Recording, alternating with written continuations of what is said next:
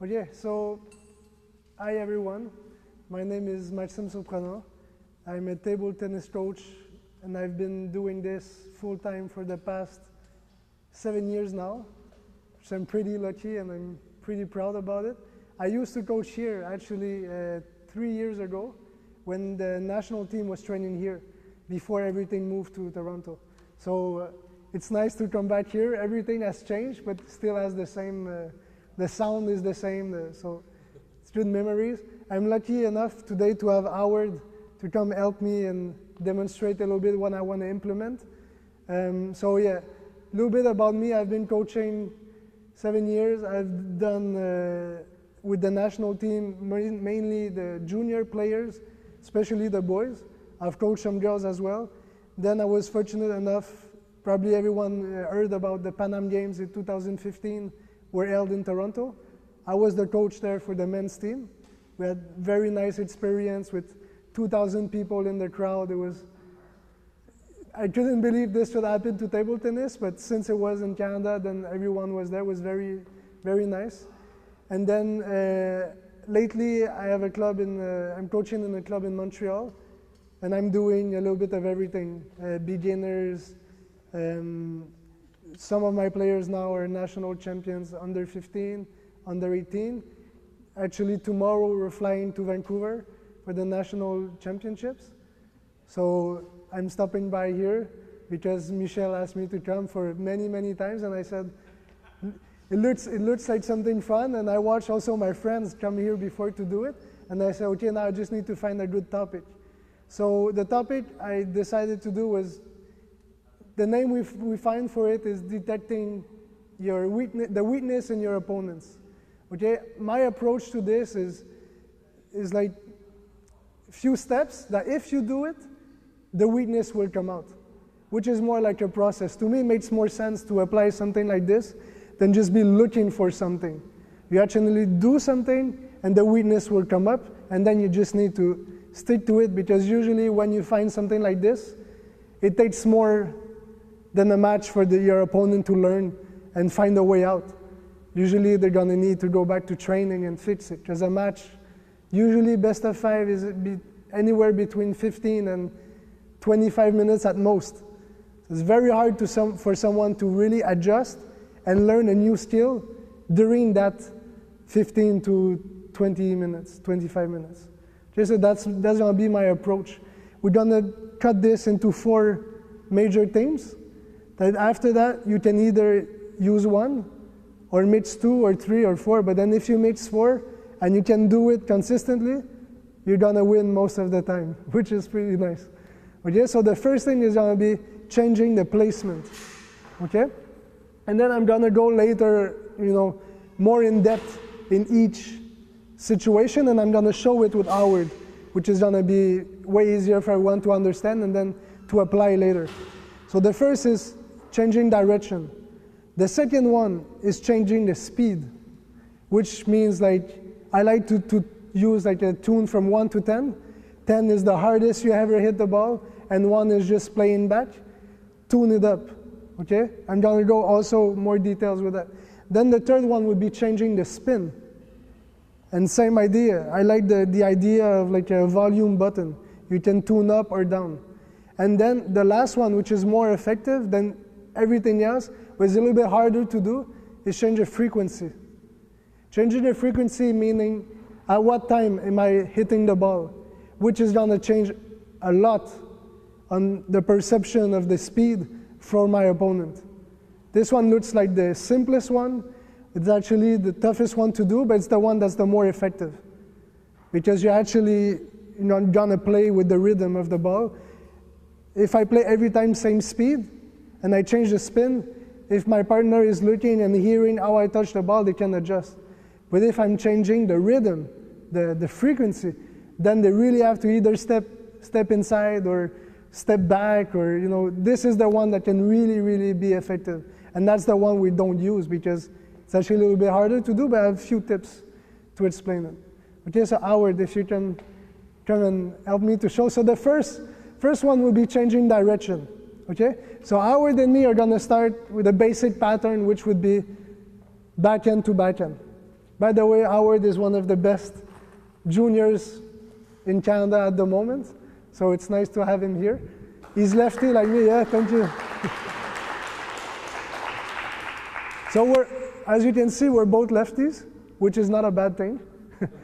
Also, you can see better with this angle. So we're gonna start just from backhand, and then I'm gonna just simply change direction, and it should be, you know, usually when you change direction on someone, it has some effect for sure. Okay, so just on the basic. So basic. Oh, this one I like it, I try to change. And again, can wait for the good moment. Oh, change. So this is the basic way of changing direction. If your opponent is not ready, it can be very, efficient. If your opponent is looking a little bit, then you have option. So let's say Howard now is aware that I'm going to change. So I'll ask Howard to do what normal people would do, which would be, I'm going to do it right now. I'm every time, taking care. Is he going to change or not? Right? So I'm going to play this, and Howard is going to be looking out. So if the other one is looking out like this, most of the time I'm going to change. He will be ready for it. Which should take, if I win 1 or 2 points just changing, my opponent should do what Howard is doing right now. Look out for the change. But then I can go even more. I know he's looking out, right? So I'll make him look out. He's looking out, looking out, looking out, looking out, looking out. So the quality goes down because he's always, taking care. Is he going to change or not? But this is one option. Can take it even further. This is when it gets really interesting that everyone can use this later. If I'm using this side of the table to show you, I'm keeping Howard in the backhand corner here. Every time he's looking out, right? How about I'm taking him here and here and here and here and here. All of a sudden, when I'm going to change back here, he's going to go this way and then nice opening for me. So I'm going to show this. Start from the backhand, move him a little bit, back there, and then change. So this is one other way to do it. This is the basic, just changing the placement. Of course, now I'm using the backhand because it's easier for me to show it, but I could use this for any kind of placement. But usually, in table tennis, 95% of the balls, this is proven, this is calculated by many, many people before me. If you play fastball cross, it's going to come back cross. So I can be in charge of the rally. I'm telling to Howard, after we did the serve and receive, I'm saying to this is how we're going to play.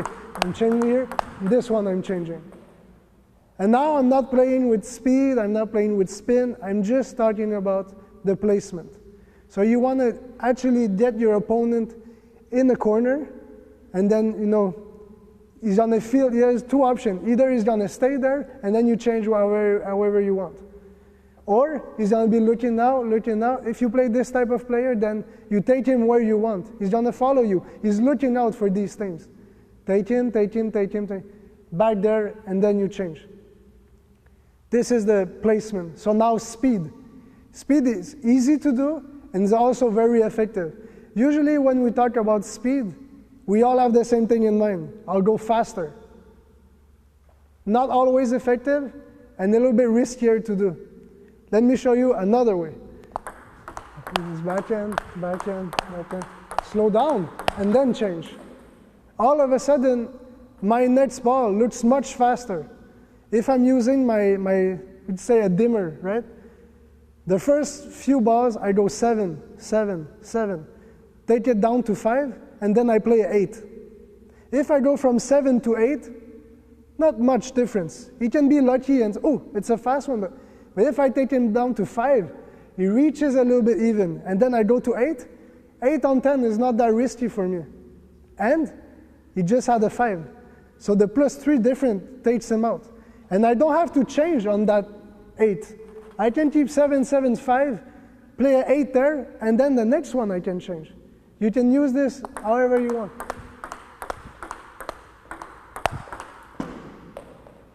But this one was a little bit frequency as well, right? Every time you're slowing down and your opponent is coming inside, I call this like changing frequency also. These two are a little bit together. Now how about I mix first, which is placement, and then speed.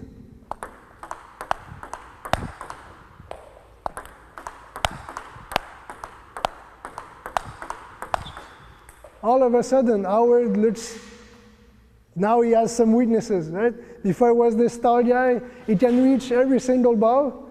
Now I'm starting to make some holes, right? And I actually have 2 out of 4. So we have 2 more, and we can mix them or use one. And the idea of, when I say finding the weakness, is actually making the other one doubt. If he's doubting, he's going to have all kinds of weaknesses. He's going to play on his heels. He's going to be always a little bit late. He's not going to be proactive. In table tennis, the better quality shot you make, the easier the ball comes back. Every single time. If I'm playing too easy or too safe, what's keeping him from sending me a good ball? There's nothing, right? So that's always when I'm trying to exploit a weakness or find a weakness, I'm always gonna try to make him think what's coming next. I'm never gonna play nice. And I don't have to play this crazy bang, bang, bang. Just make him think a little bit, make him doubt, make him expect, and then change again. So now, again, changing placement, changing speed. Oh, good one. No spin involved, no frequency, already I can win many, many points. So now, the next one, changing the spin. That's a little bit tricky sometimes. You cannot change the spin on all the balls, right? Let's say a ball comes a little bit higher and I try to spin, then this one most likely will go out, right? Same, let's say I want to play one more straight. If it's the lower one, most likely it's going to go in the net. So there comes a little bit more ball selection, right? I have an idea, I say I want to change the spin, but then I need to look, when is the time for this? General idea, the lower ball, I can spin more. The higher one, I need to, push down a little bit on it. Okay? So now I'm going to do it this way. Only changing the spin. See, all of a sudden now I can put spin. Usually what's going to happen, ball comes a little bit up, and then I can finish the ball. Or keep him again there, and then use the next one to change. It always involves me making a choice. If I'm the one making choices, he's the one following. This is points. Because if you're not winning the point, at least you had a chance to win it. If every time you lose a point is because you had a chance, at the end of the game, for sure, you are the one up by 2. Even though you're going to miss some, if you're the one having the chance, you're going to end up on top. So again, no spin, no spin, more spin, no spin, more spin, more spin, no spin, more spin. See how he has to adjust every single time. He's the one having to adjust. I'm deciding. I do more, less, more. He's following. And then you can say, okay, how about Howard stops being nice, right? And he tries to play back at me. If I put more quality and I go first, if he wants to go on top, he's going to have to take a risk. And then, if he takes risk, he's going to make more mistakes. What do we all do when we make more mistakes? We slow down. We take care. Easier for me after. So if you play with someone really aggressive, let him go. Then play a little bit more with me. So if he goes with more speed, then okay, I cannot use, but I can try something else. And then I change. If he wants to go more, I say, fine, I'll use your ball. If you go more speed, I go more placement. If you go more spin, I'll block, but I'll try to change the frequency. I'll find a way. Because I'm going to use changing the placement, changing the speed, changing the spin, and then frequency.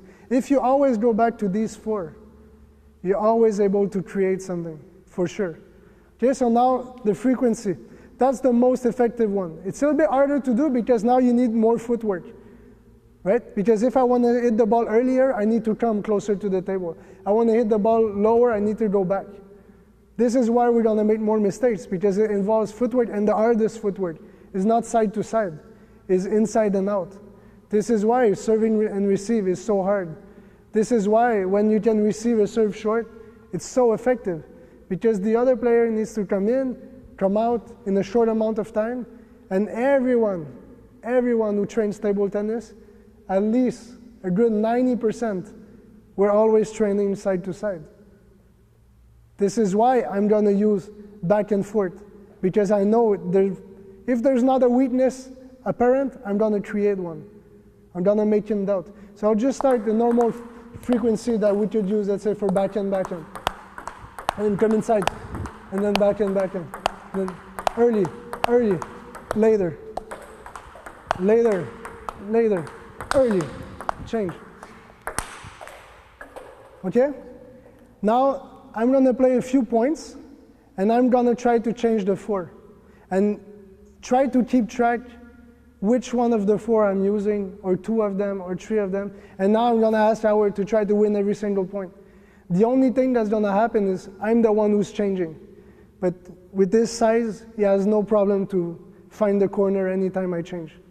Okay, I wish I was tall like this, but not everyone can be, okay?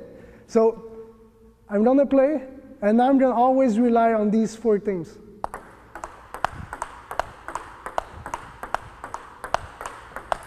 Ooh, I had a chance there. But you see, if we play 5 points like this, how many am I going to win? At least 3. At least. So he was following. I changed. Maybe I rushed a little bit. Ball selection wasn't the best. But the chance was there. If you play someone and you have a chance to win the point, keep it going. Don't change anything. If you lose the point and you didn't have an opening or a chance, the other one is always, then there's a problem. Step back, rethink, keep it sometimes simple, right? And that comes to, let's say, this is in match finding weakness. How about before the match? If I play Howard, I say, okay, this guy can reach the corner for sure, no problem. What's the toughest spot for him? The elbow, right? His elbow is twice as, the area is at least twice as big as mine. I can do this, I'm not comfortable, but I can still do it. But for him, this area is huge, right? So before I play him, I say, okay, most likely my aim is going to be for the middle. If I play, I don't know, everyone knows now, Arimoto, right? The Japanese boy. Now he grew a lot. But if you play him in the corners, that's probably your best chance. Yes, he's very good with the angles, but in the middle, he's so fast. He's taking everyone. He's taking the table here. He's taking everyone back. You should see how this guy is changing the frequency. It's amazing. This is why he's the one who can play with the Chinese. The Chinese, they play so hard and so consistent. He's the only one who can keep up because they're following what he does.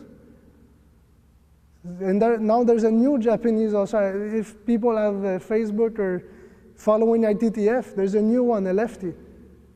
He's also pretty impressive. But he has the same. They found a way how they can beat the machine with heavy power, heavy spin. How about you take out the option from them? You go first, and you keep changing, so they cannot set up. They cannot play the nice one, because they're always, what's this drumming, what's this drumming? A little bit, tricky. So, I'll play again, and now I'm going to keep this in mind. Most likely in the middle, I have a better chance for him to give me lower quality, and then I can go on top. Oh, see, I had a nice chance.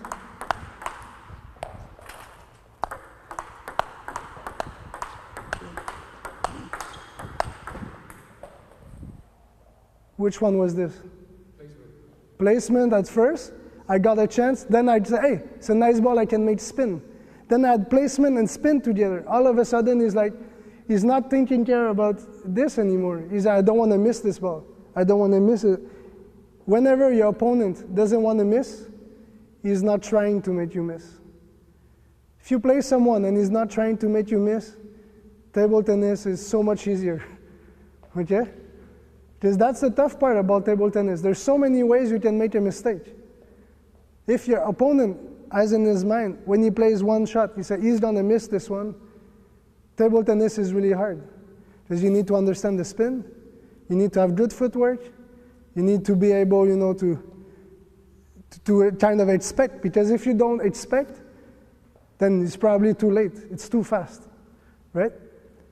So if you're the player who's saying, okay, Howard, I'm taking you there, then of course I'm gonna be.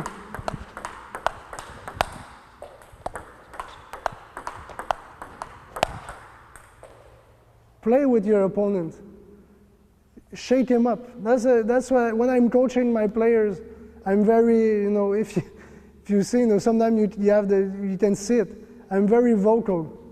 I'm very, I'm trying to get them to understand. And I say this a lot. Shake him up. Shake him up. Make sure your opponent gets on his heels. Don't play with him. Don't play like everybody plays like training. Shake him up. If you can shake him up, everything goes down, quality goes down. All of a sudden, everything is easier.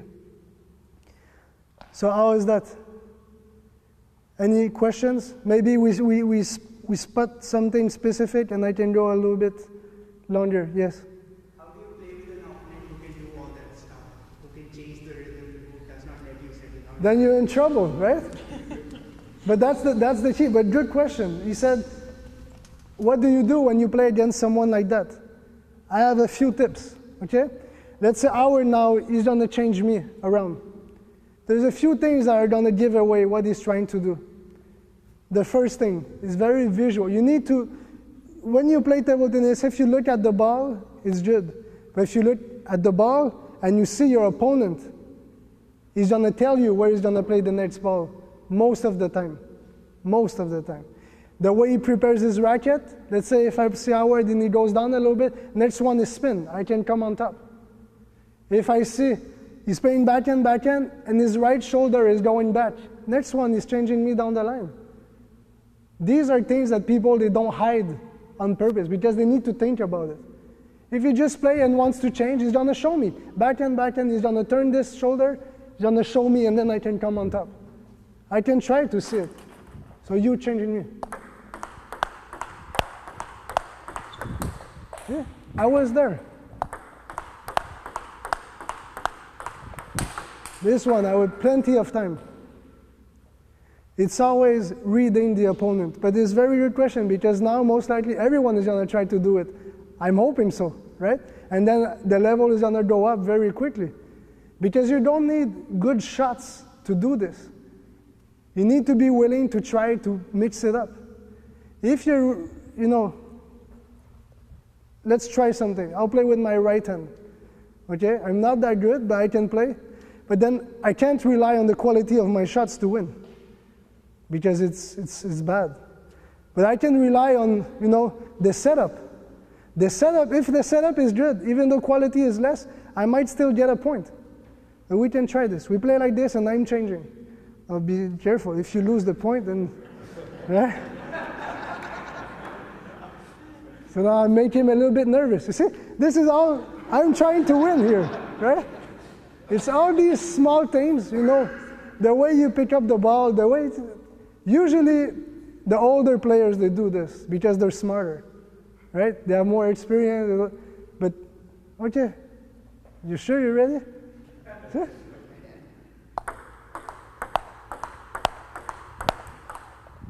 Oh, but then, I had a good idea to aim for the net, right? It shook him up. I'm not aiming for the net.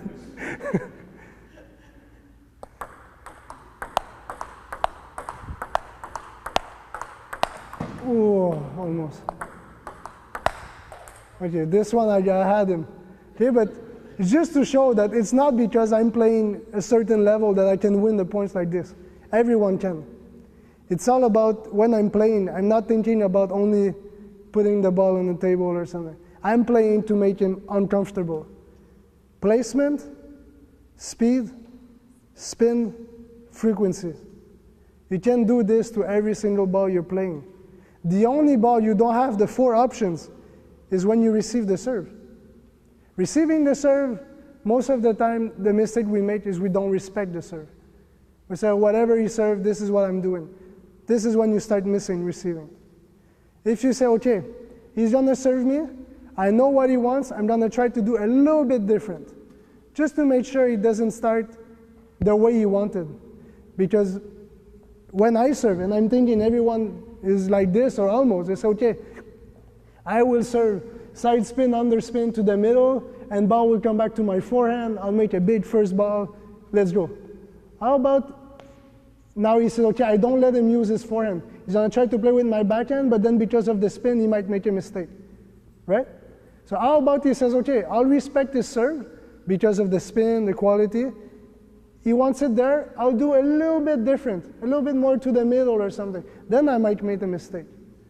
So after this receive, then you can use the 4.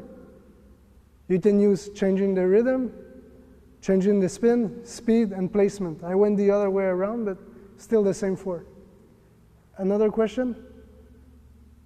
I would love at least 1 or 2 more, because I'm sure some things I didn't cover. How about we try to take this, but from serve and receive? Okay? What's the best way for me to take Howard, let's say, to the backhand? Because it doesn't mean he's gonna let me start there. So now say, maybe if I serve fast to the backhand, it might come back here.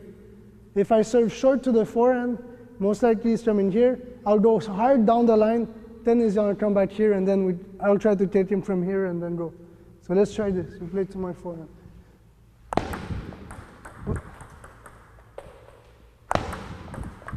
See? Now he's trying to not do it. You pay for it.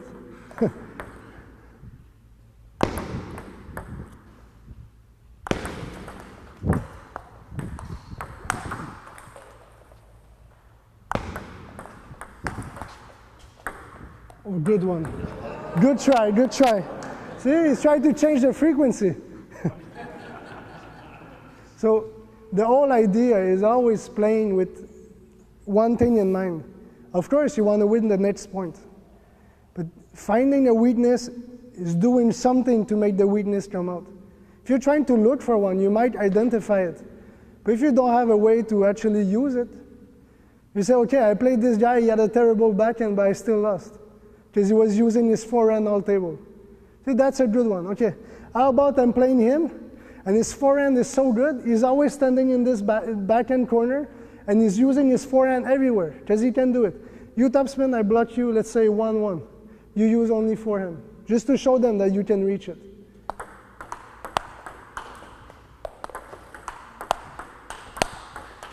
See, he has no problem. He's perfect footwork, he's tall, he can reach. What do you do when you play someone like that? I know his backhand is weaker. How can I get him to use it? Usually when we play someone like this, the mistake we do, we try to catch him here, in the backhand side, but that's his favorite one. It's best because he's training this way. Anyone who has a weaker backhand, they're gonna train more forehand. They're gonna train to use their forehand in the backhand corner. This is for sure, right? So how can I take this away from him? The best thing is to play him to the forehand. His forehand is better, but if I get him scared in the beginning of the game that I'm always going to play there, at one point he's going to say, okay, maybe if I'm always ready to step around and he keeps playing me there, maybe I need to cover here more. And then finally we can see what his backhand looks like, right? And we have many examples of players like that. It's all about taking it away from him, and then he's going to have to find a solution. Do we have one more? One of the 2 young players. Think about something happened in your match and you didn't know what to do anymore. Then you can apply one of these 4. Placement, spin, speed, frequency. Yes? Can you detect something in a person, the way they stand or the way they place their feet or Of course. their body? Good one. How would you use it using one of your... Example, I'm playing Howard, he's playing further from the table, from just a stance. I'm going to try to play softer. Don't let the ball reach him. If I play someone that's super close to the table, really on top, I'm going to try to play a little bit higher, a little bit deeper, make them uncomfortable. If you see someone stands, really in the middle of the table, I would say a good 80% of the time, without even thinking about it, play to the backhand. It's much harder to move on the backhand side than on the forehand side. Just to have we can say good backhand usually it's best if you hit the ball in the center or a little bit on the side if you want for more power. Which means if you start from here and you want to go there, you can't just reach. You need to actually step and play that ball. But the forehand, it's on the side, right? It's a little bit in front, the arm out. So this is a good question. Just by the stance, you can already identify, okay, where am I going to start to apply these 4 things? I think if no one has more questions, it would be nice to now actually try it. So a good way to try this is actually what Howard and me were doing. Let's say 10 minutes each. For 10 minutes, one side of the table is going to be the one trying to dictate the pace and everything. But then the other one, you try also to understand what's going on and not just, accept it and lose every single point. Because if both players are trying, both players will improve. This is going to be the actual real feedback. If now Howard is too nice and he lets me win, I think this is going to work every time. I go to a match, I do this, I get killed. So, hey, it was working last week. Yeah, but he wasn't trying, right? So both players try, and then one is in charge, the other one is trying, to not lose every single point. And then 10 minutes one side, you try to apply these 4 and changing, and then once you change, you can play to a free point. Both players try to win the point. Yes? So you showed us something, Yeah. you showed us position. Yes. You didn't really demonstrate much about rhythm yet. Rhythm. I can go a little bit more in depth. For the rhythm, one way to change the rhythm that is not speed is when I'm going to hit the ball. There's 3 major spots I can hit the ball on the table, let's say for rhythm. It's close to the bounce, top of the bounce, before the ball comes down, and after the bounce. So I'm going to show it using forehand. Maybe it's going to be easier to see it. So I will topspin. To start, I will just make close to the bounce.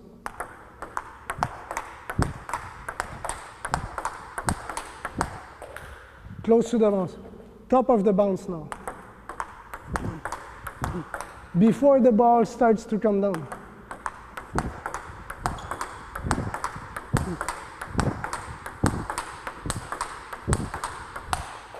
Almost. After the bounce.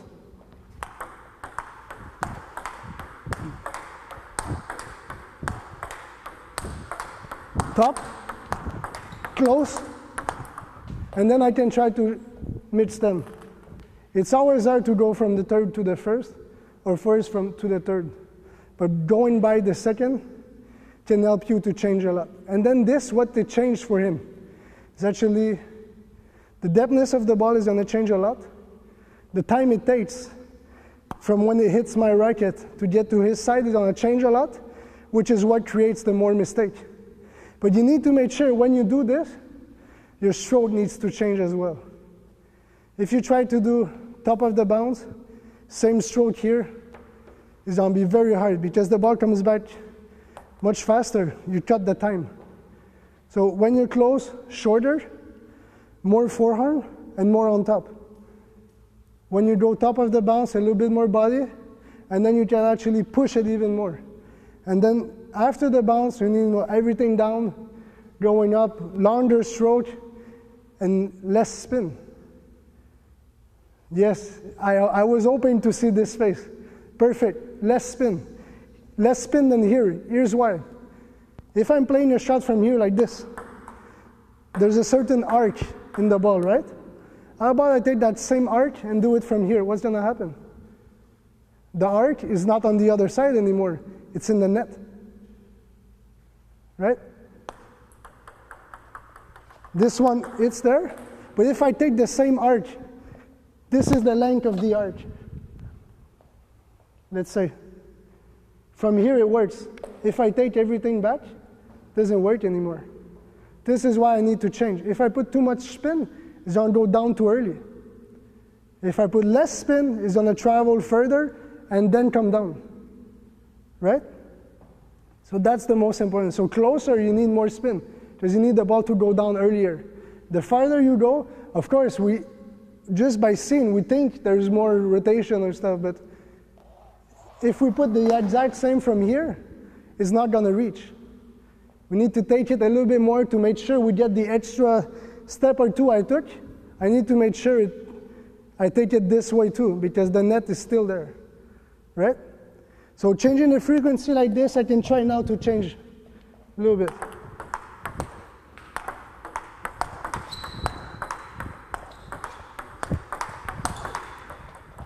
See how he's a good player. He's not supposed to block like that. The frequency is changing. It's hard for him to keep up. I change this, I change placement, I change speed, all together. Then it's everything easier. I'm sure if I play the same, he can block easily 50, 60 in a row, no mistake. We can even try it. For him, blocking is not hard. It's the change that's hard.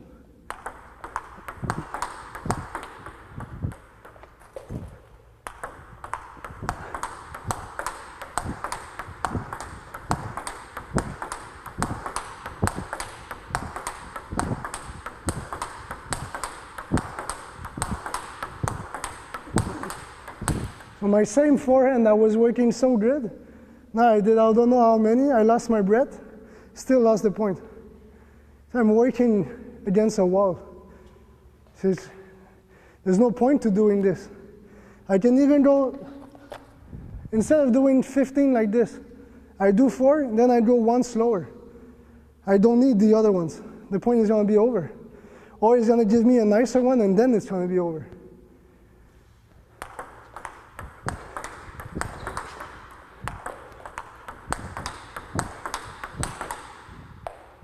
Three.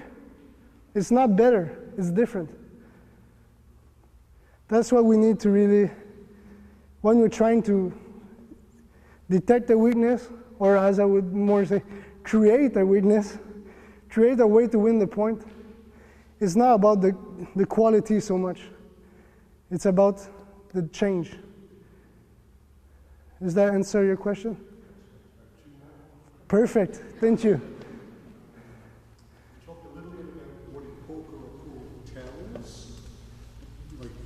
Yeah. Is it in the eyes, in the head, in the shoulder, in the hips? The most effective one is the hips and shoulders, okay? Because the eyes, it's the first one people are gonna try to trick you, right? They're gonna do the whole one. My first coach was always like this, you know?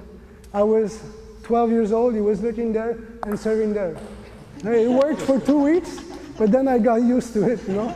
So this is very easy to do, and it's very easy to get caught up in this. Shoulders and hips, for your opponent to do this without missing is very hard, actually. It's very hard to cheat with the hips, with the shoulders. One that is, you know, good to look, but the higher level, they can also trick this, is the angle in the racket. The angle in the racket usually gives up a lot of things too. Most of the time, let's say, for receiving the serve. Many people, they come and they're not thinking about not showing. They're just coming, okay, for sure he's gonna push it. And then if you served with, you know, top spin or no spin, you can already prepare. Or people come like this, you know he's gonna flip. Or he plays forehand here, and then all of a sudden this changes. It's coming there. Same with the backhand. The hips, shoulders, very hard, because it doesn't feel natural. And it's not meant to be played this way. The hand, someone with good feeling can try to trick you. The eyes, someone who plays, you know, try to trick you is gonna try it for sure. And it's not that hard to do it, so, yeah. Perfect. So you're trying to figure out your opponent's weakness. Yes. You've got 4 tools. Yeah, exactly. It's a good way to say it. Are you looking for, you test all of them and you see, okay, he's good at adapting to position, but he's not so good at adapting to spin. So I'm going to use more spin variation. It's a very good way to approach it. And I'm thinking, if we're looking too more, it's a little bit too passive for me. I would do it more in an aggressive way. I would say, first, I change the rhythm. Let's see how he is, but not too much. Let's see. I do it because I know I have a chance. And then, of course, as soon as I find one that's working, I won't give it up until it gives me a reason to. Because as I said in the very, very beginning, for someone to adapt within a match is really hard. Of course, if you serve always the same serve, it's going to work the first 3 times, and then the 4th one, you might get it. This is possible to learn this. But how about you give the same serve, but 3 different spots? Or the same serve and you dim. A little bit more, a little bit less spin. Then, every time you put a new depth, a new layer, that's the best way. Every time you put a new layer of options or problem, everything works 2-3 times more. And this is something you need to practice. You have one very good serve, perfect. It's going to be even better if you can do the same serve with more or less spin. Then your very good serve is now 3 very good serves. And you make this, you make it at one spot, you practice a different spot, now you have 6. But these things you cannot come in a game and say, I'll try to do less or more. You lose control, and then, everything starts to be more or less, hoping it's going to work. And then this is when it doesn't work anymore. But very good question. Did I answer it right, or? So, a player who's not as good as Yeah. you guys, There are many not as good as him. Better is a little bit. you will find weakness either in position or spin. Yeah. Yeah. I'm positive 100%. Anyone comes here, you give me 5 balls, I will win the point using one of these 4. Positive. And even I can say, because at the moment I'm coaching a lot of young players. And these young players, the ones that can use these 4 things, they win over the ones with better technique every single time.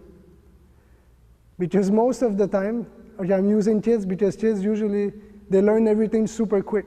So it shows the difference right away. Some of the kids have perfect technique. Perfect. By the book. It looks amazing. As soon as you change a little bit the speed or the spin, they can't play anymore. Because they're very good at one thing. So this is one problem that we make ourselves. We train multi-ball forever. It's good.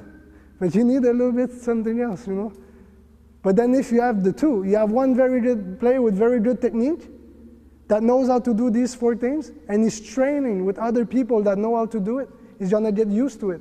And then you have someone like Howard. Because the more you're going to train with people who do it, you're going to learn to receive it. Like, what do you do when you play with someone against this? You're going to get used to it. But it's always a fight, who can do it first? And usually who can do it first starts with serve and receive, most of the time. Oh, it's good. We have a discussion. I was worried about this part, but good. Anything else? Yes? Can you tell me the leg placement? Yeah. Can you tell the way he places his leg, how he hit that ball? The late one, later. The movement of the leg. Yeah. Well, it's a little bit same. The stance doesn't change much, but you need to step back. And if we can say, let's say, always the forehand, the leg is a little bit back, and we can say the racket starts close to the knee. That would be a good, tip. But then the rest is mainly according to the ball. You never want to place yourself according to the table or your stance. Everything needs to be adapted to the ball. If I say every time I'm here, I'm playing this way, it's not going to work, because I'm going to ask him to play. We just play forehand, forehand. Every single ball is a little bit different, even though he's very good at placing and stuff. That's the hardest part about table tennis. Every time your shot needs to be a little bit different if you want to make it on the table, because it comes back always a little bit different. So that's one thing we always need to keep in mind. There's not one easy solution that works all the time. It's always according to the ball coming back. But the more you put quality and you decide first, the better option you have, because the other one is not trying to make you miss. It's trying to get it back. Is there a place where you hit the ball, like you hit it on top for close, and then for when the ball comes down, and then for... On the ball there is, on my racket not much. Closer to the bounce, I'm going to try to hit a little bit that angle. I would say back and top a little bit at the same time. Top of the bounce is going to be a little bit even more on top because I can swing, because now the ball is higher than the net most of the time, right? This one is lower than the net, so I need to go a little bit more at the back. This one is higher than the net, I can go a little bit on top. And this one that's really late, I need to go behind the ball to make sure I'm taking it over. Also another good one. So now I think it would be very good if we can set up the table. Everybody tries it, and I will stay here and walk around and try to give some tips on how you can actually implement this in your game. And like everything, it takes training, but it's something you can pick up very, very quickly if you say, okay, today I'm going to try one of the 4. Focus on that. And then the next day, another one. Another one. This way, after, you can actually mix them. If you're trying to do everything at once, it won't be that nice because you won't get so good at it very quickly. So you won't feel like it's working as much as it's supposed to. If you say, okay, today, I would start by just placement. And placement, just to start, you play backhand, backhand, backhand, try to change. Then backhand, backhand, take him more to the middle, back to the corner, change again. This, for me, would be best way to start. And then it's dependent on what type of player you are. If you like to put more spin, then second one should be spin. If you like to play very fast, speed should be second one. If you like to play, sometime attack, sometime defense, move back and forth, change the frequency. Come very close, go back, back, come close again, change. But thank you very much for the attention, and the questions were good. Okay, so now comes